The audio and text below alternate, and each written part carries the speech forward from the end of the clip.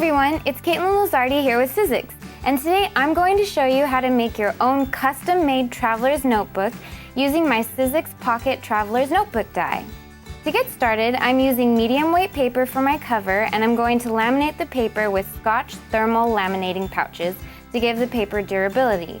Be sure to laminate enough paper for the front and back cover, the pocket, and the pen loop. Now I'll take this over to my laminating machine to seal it. Now that the paper is laminated, I'm going to cut out all the pieces using my Bigz die along with the Big Shot machine.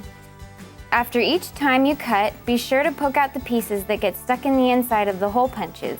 You can use a handy die pick or some sharp pointy object. To glue the pieces together, since the laminated paper is a non-porous material, I'm using E6000 adhesive.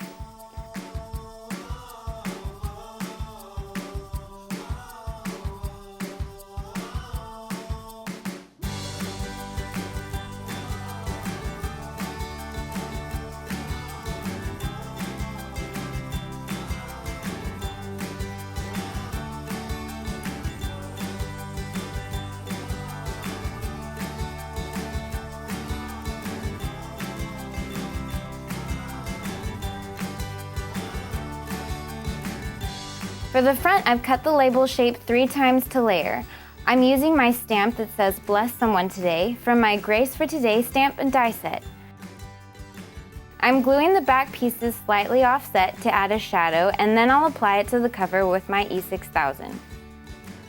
Now that the glue has cured for at least 12 hours, I'm going to take my David Jeter crease and curl tool to add crease along the spine of my notebook.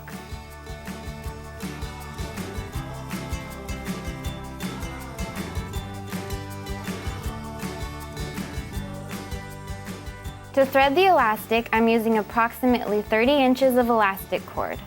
I'll start at one corner, bring it straight down, loop it into the center hole, bring it up, loop over and straight down, and then you bring both ends through the center hole again, tie it together, and then trim the excess.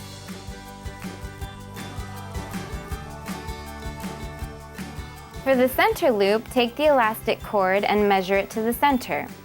Tie a double knot, then insert it into the center hole of the spine.